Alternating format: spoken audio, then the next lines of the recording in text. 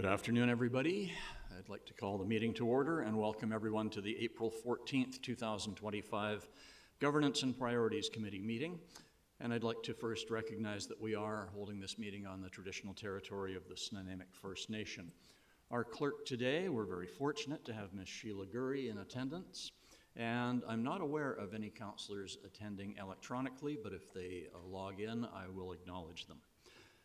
Today's Governance and Priorities Committee meeting will be held in accordance with the Community Charter and Council Procedure Bylaw 2018, number 7272. If during the meeting any member of the gallery has a question on a matter that was considered by the committee today, please sign up on the sheet located on the table by the double doors to my left. Please note that the Council Procedure Bylaw states that questions will only be taken on staff reports and other business items. I'm going to dispense with the lengthy statement regarding decorum in council chambers, as I only recognize staff people here at the moment, and I am confident that their decorum will be of the highest degree. If that changes, I'll certainly let you know.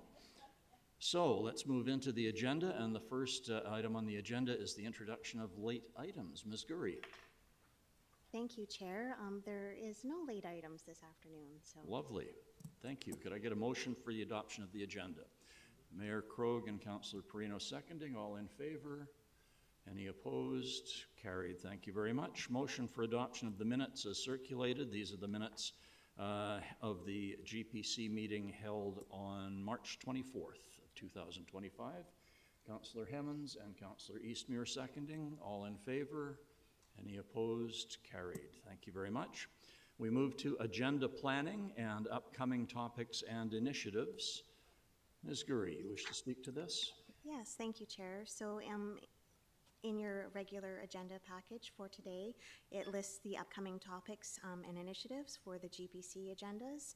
You have May 12th, Social Issues Initiatives. It's a standalone item. It will be on the agenda for that day. June 23rd, we currently have scheduled parking review and bylaw update, urban tree canopy management strategy, and development cost charge and amenity cost charge bylaw review. These are subject to change. We are working on confirming them, and then we are still looking at moving up the item that Councillor Eastmere brought forward for controlling sale of invasive species. That is currently scheduled for October 27th.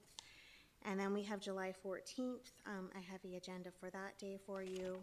And October 27th has incentives that support city plan and tenant relocation protection project. So these are initiatives that were either part of the Integrated Action Plan program or council GPC requested topics. So those are all scheduled, Chair, and unless there's anything further from the committee today, that's it. Thank you, Ms. Gurry. Council, any additions, amendments, suggestions? I'll just acknowledge that I do see, excuse me, I do see Councillor Manley attending electronically now. So seeing nothing on this topic, Ms. Gurry, we can move on to our reports. Thank you very much. Under City Plan, Form and Character Design Guidelines Project, and welcome, Mr. Holm, and I'll let you do the introductions. Great. Thank you, Chair, and good afternoon to you and committee members, and excited to introduce this project, to work through this with the committee. Before turning it over to Ms. Lisa Brinkman, Manager of Community Planning, and Ms. Lania Rowett, Manager of Current Planning, to get into the details, just briefly, just wanted to touch on the fact that, I mean, this is a significant project coming forward following the adoption of City Plan, and actually just to clarify too, these guidelines apply to review of multifamily, commercial, industrial, mixed-use developments, to which the Development Permit Area 8, the Form and Character Development Permit Area, would apply. It's not a new requirement that we're suggesting here. It's actually a consolidation of now currently 9 documents that guide the review of form and character development permits. So currently 9 documents dating back to 1990, and you know, many years in between, but as early as 1990. Those 9 documents currently are the source of guidance for review of those development permit area or development permit applications, and this project proposes to consolidate the guidelines and update the guidelines, but consolidate them into one document for clarity, transparency, consistency. So it'll actually improve, it's not a new requirement, it actually consolidates and improves the readability and access to and updates the city's form and character development per area guidelines. So just on that, I just wanted to clarify that. And of course, we're happy to take questions later, but I'm happy to turn it over to Ms. Brinkman now. Thank you. Welcome. Please go ahead. Thank you. Good afternoon. So we are pleased to present to you today the draft form and character design guidelines, and this has been a joint project with current planning, community planning, and the sustainability team and transportation teams have also provided quite a great deal of input. And so this project fulfills two priority actions in the Integrated Action Plan: to update the development permit area guidelines to be consistent with city plan policies, that's priority action 202, and to update development permit requirements to include energy, climate, and water efficiency from a site and building design perspective.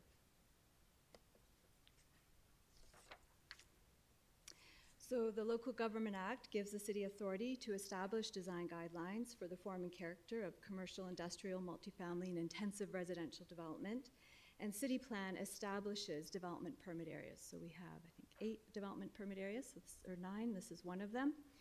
And the guidelines are to provide clarity for the development community about what is expected in the urban and built environment, and also for staff as well when they're reviewing applications.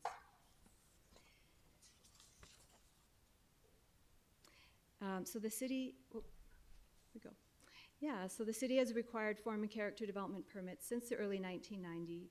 And so as Mr. Holm had said, the application process will remain largely the same, and the project is simply to simplify and update the guidelines and to consolidate 9 documents, including the general development permit area design guidelines. We have triplex and quadruplex infill design guidelines. That was a separate document. We have Old City multifamily residential design guidelines. And there's design guidelines in some of our area plans as well, the older area plans such as the Downtown Urban Design Plan, Departure Bay, South End Neighborhood Plan, Newcastle and Brecon Plan. So there's kind of design guidelines everywhere. So as part of this project, those were all reviewed, and there was a lot of similarities between a lot of them, saying very similar things. So the idea was to take what we saw that was still relevant and current for Nanaimo, what reflected city plan policy, and put them into one document. And it's important to note how frequently these guidelines are actually used. For example, last year in 2024, there were 41 development permits were approved, which will lead to over 1,000 residential units in the city. And these design guidelines are used to inform the design of the exterior and the site of those buildings. So for the project timeline, so it sort of started in February of 2024 when we retained consultants to support us with this project. And from March to May, staff and the consultants conducted background research and prepared for the engagement processes. And in June and July, the phase 1 engagement took place, including workshops with the general public, neighborhood associations, development community, and staff. We also met with the design advisory panel, the Advisory Committee on Accessibility and Inclusiveness, and there was a survey launched on the city's Get Involved webpage as well. And then from July to October, we reviewed all of that input, as well as city plan policy, as well as all those 9 documents, to create one of the first drafts, the November draft, we call it, of the guidelines, and that's still there on the Get Involved webpage. And in November and December, we had a phase 2 engagement process, which was to get comments on that November draft. So that was something more specific that people could comment on, to have that draft out there. It was a very rough draft, but it did allow us to get good input from the public. So for that, we had a Get Involved webpage, we had a press release to promote it, social media promotion. We met with the Design Advisory Panel again, and let the Advisory Committee on Accessibility and Inclusiveness know to please review and give us input when they had time. Also, again, staff from several departments were very instrumental in giving feedback on the guidelines. And so from January to March of this year, we reviewed all of that input and improved that November draft, tightened it up, and made it more concise based on what was heard. And as part of this project too, we realized there's a whole section in the zoning bylaw called, I think was it part 17 of the zoning bylaw. And it's this kind of dated landscaping section of the zoning bylaw that's been there for, I don't know, since 1993. And it came from a time when we didn't get such good landscape plans from development community. And so it was very prescriptive landscape guidance. But since then, everyone has gotten a bit more professional. With our development permits, we actually get really quite professional landscape plans, and there's more landscape architects in the city to offer those services. So that older section of the zoning bylaw has been reviewed and just put into this form and character design guide document as more a guidance, and also just to simplify that process. But I think Ms. Rowett's going to speak to that, so I won't say more about that for now. And then, so that was part of the project as well. And then in March of this year, we also touched base again with the landscape architects in the community about the guidelines and the changes to Part 17 of the zoning bylaw that are being proposed. So where did I go here? Okay, lost my space. Okay, so a big part of this project is to implement city plan policy, because we have a whole new official community plan and guidance for how to make Nanaimo more green, connected, healthy, empowered, and prosperous, and how design happens on a site. Design guidelines is a really good way to encourage our development community to make that happen. So we really pulled out those policies from City Plan and tried to find ways to encourage that in the guidelines. For example, design guidelines are proposed to support dark sky principles, to encourage crime prevention through environmental design, to promote universal and accessible design, and to encourage amenity areas to support social interaction in residential development. So those are just a few examples of the types of policies in City Plan that we can encourage through these design guidelines. And also, I think with City Plan, we have newer land use designations, our urban centers, our corridors, and so these design guidelines can really help encourage the type of development we want to see in those areas, the character and design that we want to see in those areas. So we have a few slides about engagement, but just to say, city staff were very involved. We had a workshop with the neighborhood associations in phase 1, and then reached out again to them in phase 2. We had a public workshop. We've had developer workshop, and we also, in phase 2, sent an email out to the development community again to say the November draft is ready. Please take the time to review, which they did. We've met with the design advisory panel in phase 1 and 2, the advisory committee on accessibility and inclusiveness. And in phase 1 and 2, we did allow for a survey on Get Involved to get feedback that way. And then we've reached out specifically to the landscape architects as well. Thanks. So I'm just going to take over from here and just appreciate the opportunity to highlight some of what was heard through the public consultation. So obviously through phase 1, you can see this illustration on the screen, and this is actually an art graphic that was created during the process of gathering that input. So something that the consultant did and was really helpful to visually see what the community and neighborhood associations were expressing through that process. But comments that we heard through the phase 1 engagement included things like the need to ensure that the guidelines would allow for housing affordability and energy efficient building design, including amenity spaces for gathering, ensuring attractive and eco-diverse landscaping, and also allowing natural light within buildings. Through the phase 2 engagement, we heard more, and this was in the fall of last year. And again, this is, as Ms. Brickman had highlighted, where we had a draft put together, so something a bit more concrete and detailed to look at. And through this engagement, we had an opportunity to hear a little bit more detail about, from the development community as well, on the guidelines as written. So the development community had emphasized that it should be clear that the design expectations for things like industrial developments, that there might be some more flexibility than what would be expected in other land use designations, such as our urban centers or corridors, which have more of a either mixed use or urban type of built environment. And that request actually has been reflected in the proposed form and character design guidelines. The design guidelines for the waterfront land use designation, they were also improved again to provide better guidance for the types of development that are expected in that designation. We heard that many of the guidelines in the draft in the fall of last year were too prescriptive with very detailed measurements in terms of separations between buildings or such. And so these were generalized more to focus on the design intent that's trying to be achieved. There's also guidelines for protecting trees, natural features, and creating natural environments within the site design that were improved through this drafting process. So attachment C in the staff report summarizes how the design guidelines were revised and put together to respond to all of the comments received through that engagement. So just to go over the guidelines themselves, obviously in addition to incorporating the input that was received, as Ms. Brinkman highlighted, we've leaned heavily on city plan policy to guide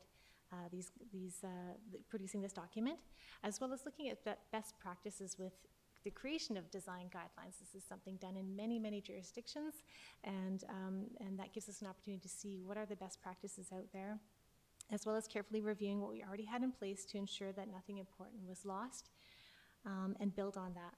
So attachment A of the staff report includes the draft guidelines. And just to quickly walk you through what is presented in what we believe is a user-friendly format, it's organized into the following sections. So there's the first portion of part 1, our introduction.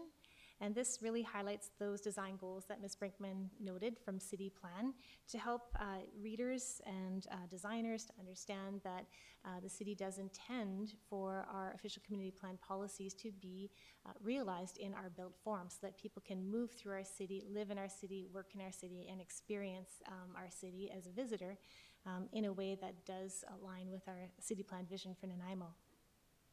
So in addition to offering some guidance as to how to use the document in the introduction, there's also some reference to clarify that variances may be considered through the development permit process. The next part 2 is our general design guidelines, and those are the guidelines that will apply to all commercial, industrial, mixed use, or multifamily developments. So in every case, those are the guidelines that will be expected to be met. They pertain typically to site design, building design, as well as landscape design. This section does have specific guidelines to natural features. There's emphasis on creating positive relationship between buildings and the street, so that's under a street interface. And other guidelines for improved clarity around the expectations for amenity areas, whether they're private amenity spaces on balconies or patios, or they may be common amenity spaces. And then moving on to part 3 of the guidelines, that's where we see, in addition to the general design guidelines that will always apply to new developments, the design guidelines in the land use designations, you'd only need to reference the applicable land use section. For example, if you're in the urban center, you'd use the general design guidelines, and then there'd be additional guidelines in the urban centers section of the design guidelines document. And those are really intended to reinforce the unique form and character envisioned in City Plan for each of our land use designations. So really that's to build on what we would describe as a sense of place, and creating that unique experience from one place to another. Just as an example, I think we mentioned the comparison of urban centers to industrial areas, but the same goes for comparing our neighborhood designations from our urban centers. There is an expected change in the built environment and how buildings relate to streets, as well as scale of buildings and the treatment of buildings from one to another. One important section in our design guidelines is also, I don't know if it's necessarily a new lens that we've put on form and character. We've always had guidelines that encourage high performance buildings, But of course, through this process, having an opportunity to modernize the language and make it clearer, and also referencing current best practices for building design. So in the high performance building section, this talks about creating resilient, energy efficient buildings that are going to meet current and future step code requirements of the BC Building Code. So the guidelines address a number of considerations in terms of, as always, high quality durable building materials and construction practices, but also looking at optimal building orientation, maximizing that solar gain during cooler months, things like that, strategic window placement, also thinking of solar shading devices to manage heat as experienced within buildings, and most importantly, reducing the heat loss in design of buildings. This would be an example of, I think, one of the design competing interests in design that we had noted at the start of this project, where traditionally design seeks to have very detailed, articulated buildings for interest. Of course, as we know, in order to achieve our energy performance targets, we need to be dealing with simpler building forms and finding other ways to, maybe on the exterior or within the site and landscaping, add that interest. So the guidelines have been updated to reflect that as well. And then, just as mentioned previously, the other update that was necessary through this process was to take a look at our landscaping regulations. So just in terms of what does that look like now? So through this review, we did determine which landscaping regulations from the zoning bylaw would be better suited in the form and character design guidelines. And so just to simplify the zoning bylaw, I believe it's down to one page rather than multiple pages in the zoning bylaw, and focusing really on what needs to be there in terms of minimum prescriptions. So for example, the requirements for landscape buffers along property lines, that would remain in the zoning bylaw, but the character of what's inside that landscape buffer would not be prescriptively written in the zoning bylaw in terms of on-center measurements between trees and slope and grade of soil. Those would be explained more comprehensively within the form and character design guidelines, and would focus on design intent, right plant in the right place, creating a thriving landscape environment, achieving, again, those amenity features that are necessary to support a residential use or other nature of development. So moving that prescription more in towards the opportunity to look at that through the design guidelines. And really what that helps us do is two things. One, it sets the expectation still to address landscaping among all of the other design priorities, but it also gives some flexibility to find perhaps an innovative or best solution given the site context, if it's a steeply sloping site or dealing with some other features. Just in terms of other aspects that are still going to be in the zoning bylaw, there are still some prescriptions around fencing adjacent to parks, and just some minimum setback requirements for waste management enclosures adjacent to property lines, and some clarification around the provision of public plazas. And then last thing to note in relation to the landscaping is the city has a practice of taking bonding to ensure that landscaping is planted and maintained, and to release that once the landscaping is installed through the development process.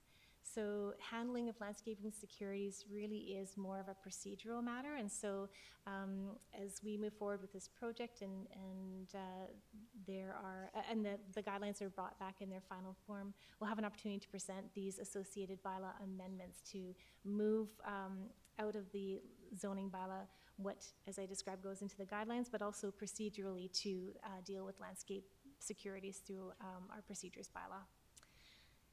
And in terms of next steps, just to highlight obviously where we are today, we're excited to be here and present these to you and take your feedback.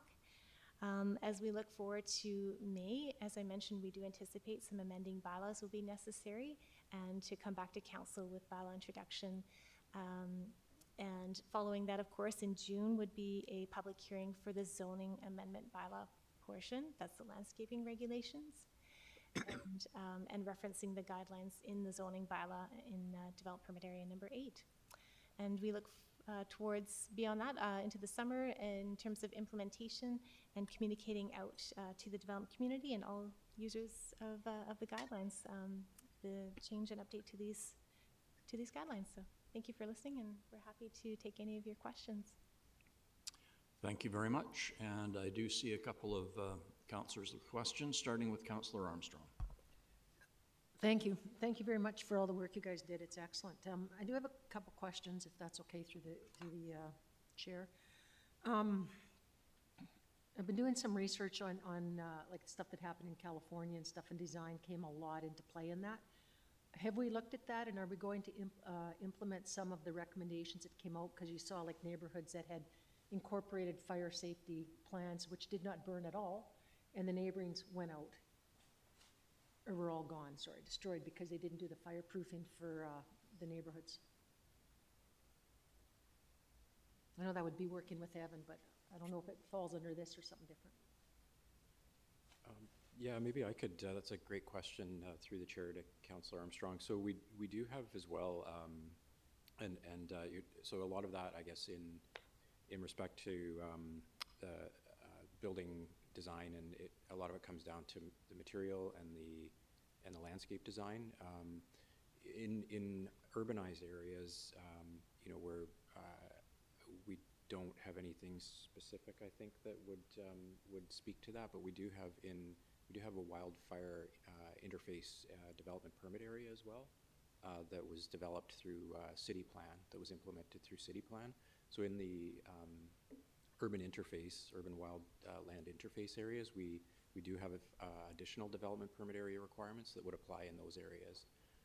In the more urbanized areas, where generally these guidelines would apply, although these could apply in some of the more interface areas, but in the more urbanized areas, we don't have anything unless Ms. Rowett or Ms. Brinkman have something to add that would explicitly speak to that, but we do have requirements around interface fire hazard areas for sure. You understand that? From my perspective, I think it'd be something that we should really start to really look at. I know Kelowna's looking at it, like cedar trees are banned in certain areas because they're so they're not fire resistant, and they really create fires. So I'm just wondering if it's something that could be looked at, like, because I know there's like Kelowna's looking at it, like obviously LA, you know, because I know the ones that survived all had sprinklers on their roofs and setups like that. So that was my one question. And then my other question is, I know this hasn't come before us yet, but I think just about everybody at this table has met with concerned neighbors off the Departure Bay area, where they have the larger acre lots. And when we talk about that we want to keep form and characters of the lots, and then all of a sudden you put in these great big things that's no longer part of form and character,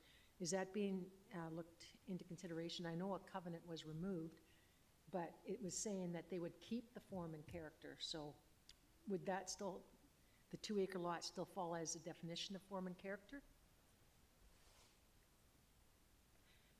Through the chair, thank you to Councillor Armstrong. Sorry, I'm not sure if I'm picturing exactly the 2 acre lots you're referring to, but I know along, Half acres, and off of Departure Bay, I can't think. The larger I know they're lots. big lots anyhow. Certainly, and I believe in that area there is 2 designations. Some of the properties are designated neighborhood, which could allow potentially up to 4 stories under city plan designation. And then some of the properties in behind are suburban neighborhood. So again, in the form and character guidelines as drafted, they follow the same path of the city plan structure. So there is some different language you'll see between the guidelines that are more permissive in neighborhood than they are in the suburban neighborhood.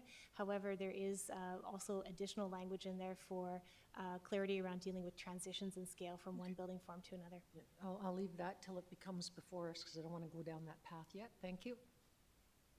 Thank you. Councillor Farino. Thank you, Chair. And a question through you. I wondered, I see that you've done a lot of public engagement, and that's great. I'm just wondering how the development sector of our community, what they're feeling, if, you know, the construction sector, those people that are really heavily involved in deciding what they want with this piece of land, wherever that land is, and what their comments have been. Through the chair, yeah. So in phase one, we do have a list, I guess, of our development community, Good. an email list that we reach out to, which is over 150. So between surveyors, architects, our common developers. So we do reach out to them. And so we did get feedback from round one, which you can see in the engagement summary. But one of the main ones was, and it was a good comment, is like, how do the general guidelines apply to industrial development? So it's kind of a good test. And so that was in the November draft. Maybe we didn't do as good of a job of that. So we really tightened that up and cleaned that up in this April draft to be really specific what is to apply to industrial development and what is intended for multi-use or residential development. And even put a clause in the industrial section to say, in industrial areas, a more simple building form and simple landscaping is acceptable, not the higher end landscaping we'd expect to see in a corridor or urban center setting. So we differentiate that a bit more. So that's one comment from the development community.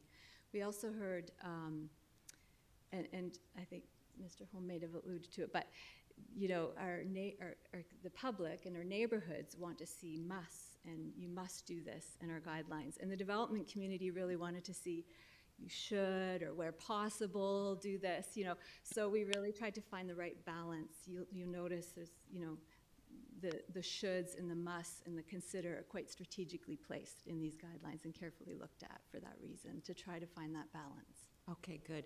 And then just one final question, if I might. I still hear a lot of concerns, and yes, some complaints about the length of time it takes to get projects through our system. Will this help to alleviate some of that time? Thank you, through the chair to Councilor Perino. I certainly would expect that this is going to simplify the process, both for applicants and staff, but also to our design advisory panel, who is a peer group that does include professionals on the panel as well. And so everyone will have, again, that consistent language and I think a simplified approach to, and some flexibility where needed to find the solutions, and that really is important in that design review process and coming to consensus on the best possible design solution for a project to keep it moving forward. Okay, in fairness, I think the complaints that I'm hearing are more the process that, going to City Hall and getting to the next stage where construction can actually happen is what slows down the system. So when I read this, I think, oh, okay, good, this will help to simplify things and hopefully move things through a bit faster. Thank you. Thank you. Mayor Krog. Thank you very much, and thank you for the presentation. Forgive me if I dribble a little bit, because I'm trying to get you to understand what I'm about to try and ask. The public consultation, Councilor Perino's asked questions that I think are important. You've reached out to the community that is most directly involved in the sense of the designers, the surveyors, the builders, the developers, etc. What is it? U.S. Supreme Court Justice once said, "I can't define pornography, but I know it when I see it." I know something that's attractive when I see it, and I'm not sure why. And I'm asking you to sort of provide some comment on what I'll call the professional community, the people you reached out to directly, versus what may have been the commentary during the course of the public engagement from folks off the street, the head of the neighborhood association. Was there much of a disparity between their views or comments? And if you can answer that even in a general way, I'd be quite happy. Maybe one, I think our consultants, they came from the Vancouver area, so very experienced with urban design. But I think when they first came, they expected us to really, I say us as the community and the public, to really want kind of more of that heritage and building design, and what now with our new STEP code and energy efficient buildings, we're needing to have a more simple building design to have those energy efficient buildings. So they really came to Nanaimo expecting that there might be some of that push-pull with the community wanting, more the traditional styles, but this STEP code wanting more energy efficient buildings. But actually we found through the public engagement that people really understand that actually. The community really accepts that an energy efficient building and a more affordable building is a simple building design. So I was pleasantly surprised that there was that acceptance. And so then the conversation quickly moved to how do you make a simple building a good design? And so you'll see a lot of emphasis on window placement, or it can be, important, or the shading on windows can make an interesting design for an energy efficient building. So I think that's a part that I'm excited about with the guidelines, is that high performance building section. How do you make those simple building forms interesting? So I don't know, that's one comment. I don't know if you have anything to add. I'm not sure if this is helpful to your question also, but thank you, Chair. Also would say that one of the areas of agreement was just the value of that street interface in enhancing the public realm, even if it doesn't functionally add to the public realm. In a sense, it does, in terms of how buildings relate to streets and how people feel comfortable or enjoy walking through public spaces. So I think when it came to working with development communities, some of the feedback we got, we were all in agreement there to find the best possible way to encourage that enhancement to the public realm. If I may, Chair? Yes. Assuming we approve this today, et cetera, there'll be a further public hearing and discussion. How are we going to put this out to the public in a broad sense? I mean, this is for the average citizen, even though it's lovely and nice and quite concise, and I appreciate it very much, to make sure that we attract enough of the public that we can be comfortable saying, staff and council have come to the right conclusion here, or something it's generally satisfactory. Further public open houses, things of that nature, what's kind of the intent? Because, and I must say this, I mean, I think for most folks, they're not thinking about the water and the sewer, that's all underground. They may think about traffic, but one thing they're certainly aware of is what the place looks like. And so whether it's functioning to a high platinum standard for energy efficiency or all of those things is not nearly as important as I looked at this new apartment building, God, it looks like crap, or my goodness, it looks like heaven on earth. So. Yeah. Through the chair, one thing I really observed, and maybe this is partly to your previous question and this question, is through the public engagement, phase 1 and 2, what the public provides is more the values and principles that they want to see. We're not, like you said, we're not all architects, so we don't know those terms or how to, articulate what we want to see. But we can say we want more amenity spaces, or we can, the principles and values. So when I really we summarized all that comment from the public, I really found the same themes of what we heard through the city plan engagement. So you really see the commonalities. Our city plan policies were very similar. So then, is the engagement heard? So then is how do you turn that into design? And so, and one thing we heard from the development community too is how will you use these guidelines? And so I think Ms. Rowett could probably has ideas for that and how to roll this out. And it would be more for the development community, because once it's adopted, you get less interest from the public generally, and it's more the architects and developers who are going to need to use it, and I want to know how will we be applying these. Thank you. If I may, Chair, I think in terms of rolling out a communication strategy, obviously will be needed. So we do anticipate more outreach to let the development community know, but also the general public know that there are these design guidelines that have essentially replaced the consolidation of many others. We would anticipate providing some more support, perhaps some kind of an administrative tool that can help applicants so that they can respond to these guidelines. The guidelines are meant to set the expectations of the city for creating new development in the built form. There is flexibility in the guidelines to find the right solution, but these are the expectations.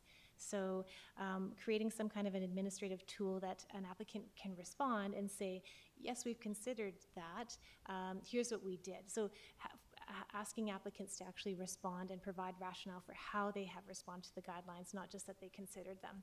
So we do anticipate some communications outreach to advise of the new guidelines, as well as providing some support to help applicants in making their submission to respond. Thank you for the thoughtful answers. Thank you for indulging me, Chair. Thank you. And Councillor Hemmons. Thank you, Chair. I think this might be a repeat of Mayor Krog's question, but I'll first start with some comments. So I really appreciated the fulsome engagement on this project. I particularly appreciated the intent over specifics. That change between the November, April, I think really kind of demonstrated that we were listening, so thank you for that. My question is, we have a consolidation of 8 different policies, or I don't even know what to call them. Was there feedback from, not necessarily the builders, but from the neighborhoods that any essential pieces were being lost in that consolidation? Through the chair, and I can start. We did, from the November to this draft, we did send an email out to the neighborhood association specifically to say, that this was out there for the review, and we did get feedback. I know the Old City gave us some feedback, the Newcastle Neighborhood Association did give us some feedback, which we have incorporated. And one of the comments was about view corridors that we, kind of tightened up that. The Old City was quite pleased, actually, generally. So we were pleased with that. I don't know anything. Go ahead. No, I think that the view corridors theme, just to add to Ms. Berkman's comment, is important. And we had that opportunity to show the Residents Association that we met with to look at the language and understand that there is a priority in many of our policies to protect significant public view corridors, but to make sure that the guidelines are setting clear expectations on not necessarily preserving every private view corridor. We have a city plan policy that guides us to allow infill development, and it's going to create tensions in many existing neighborhoods. So there is language in the guidelines throughout to encourage looking at where there can be access to sunlight and, yes, maybe some view opportunities, but the emphasis very clearly is on preserving the significant public view corridors. I think there's another comment. Oh, yes, Mr. Holmes, sorry. Yeah, thank you, Chair. No problem.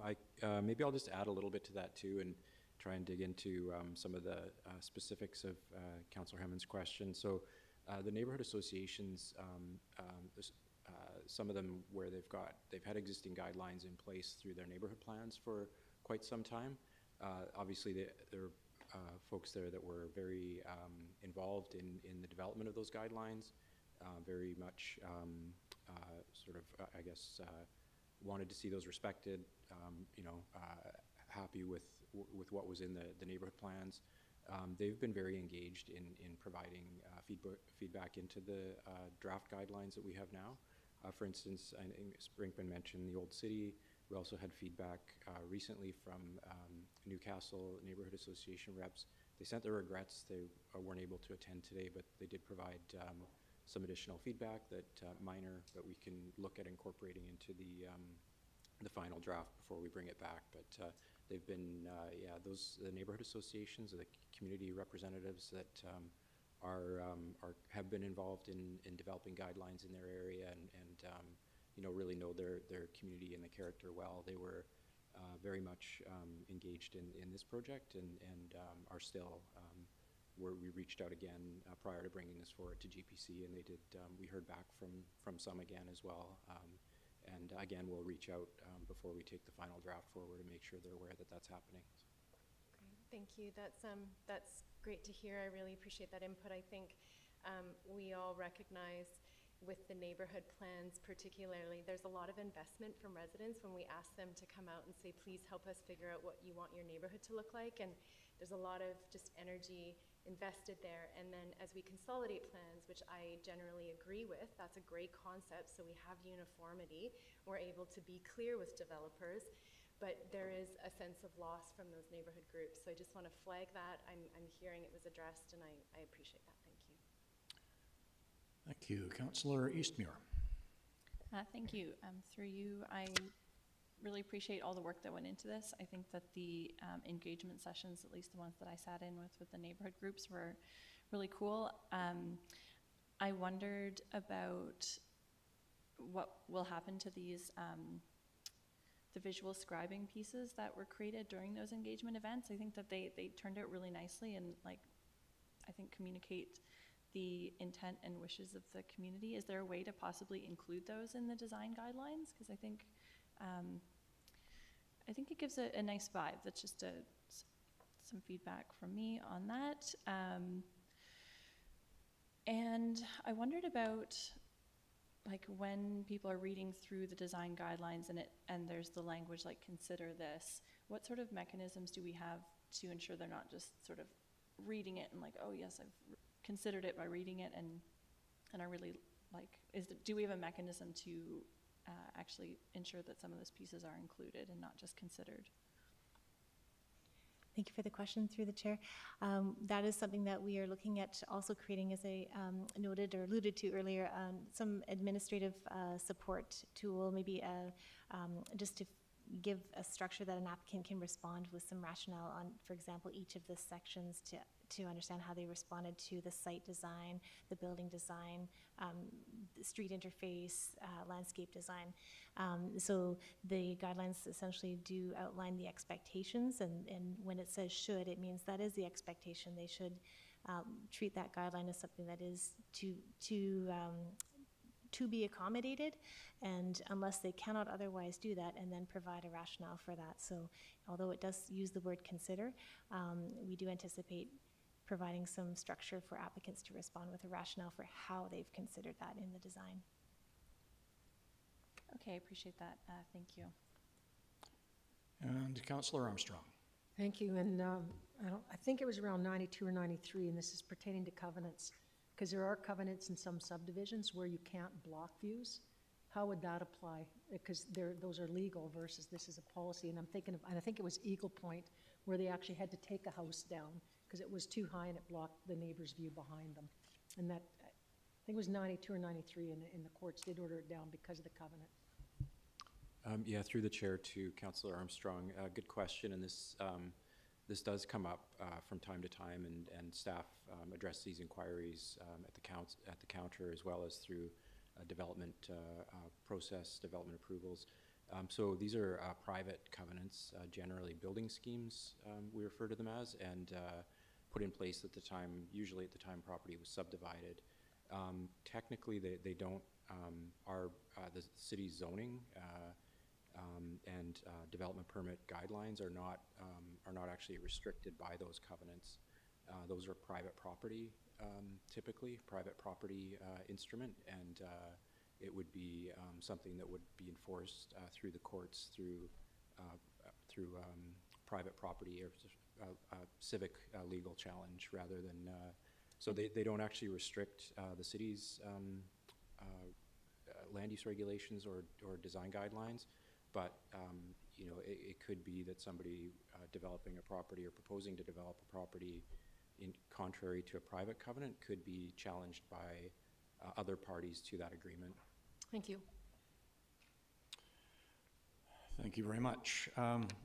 Ladies and Mr. Holm, thank you for your work on this. To me, this is putting philosophy into policy to some extent, and I think it's very important work, and I think the language that we use is extremely important. And my personal belief is we need to be encouraging rather than being too prescriptive. I believe every situation is unique and has to be looked at as such. I appreciated Councillor Perino's question because I think the input, the real input and any concerns they have from the development community must be taken into account. And on the other hand, I say on the other hand, not that they're always in opposition, but the neighborhood associations also have a very valid voice. And my question is this. This council, I think, has been very supportive of enabling neighborhood associations. Did you get a large response from a variety of neighborhoods? Because we know that there are one or two that are very vocal and others that we virtually never seem to hear from.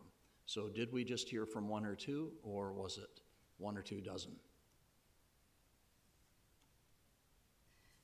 Thank you for your question. And I did make note. So at the Neighborhood Association workshop that we held, I think it was in June of last year, we had 21 people from the neighborhood associations, various neighborhood associations attend at that time. But, you know, getting feedback on design guidelines was kind of an interesting process. It's very specific, and, you know, so I found that only those who were interested in design tended to give input. So it was largely, you know, Old City and Newcastle stand out for me as, you know, comments. But we, you know, that initial workshop, we did reach out to all. And then in phase 2, so in November, we did send an email out to all the neighborhood associations. But it's probably only those that have more commercial areas or higher density residential zones that would give more input. I don't know. If I may, just to add to Ms. Brinkman's comment, just thinking back to the engagement, I know that I spoke with representatives who lived on Protection Island, I believe, as well as the north end and around McRob. So just trying to think of, you know, there was representation closer to downtown. So there was a good cross-section of representation. I certainly didn't feel that it was dominated by any particular one group at all. I think there was a good cross-section of representatives. Good, thank you very much, and I'm pleased that in our next steps, a public hearing and another reach out to the community in general will be held, so that's excellent. Council, if there are no other questions or comments, there is a recommendation which Councillor Perino is putting on the table, seconded by Director Krogh. Is there any discussion? If not, I will call the question then on the recommendation. All in favor? And any opposed? I see none opposed. Thanks, Councillor Manley. I noted your vote, and that passes unanimously. Thank you very much again, staff. Question period. Ms. Gurry, Mr. Sims is giving me a thumbs down for question period, which is a good thing today. So we will move to a motion for adjournment. Councillor Armstrong, Mayor Krogh, all in favor? Carried. Thank you very much, everybody. Thank you, staff.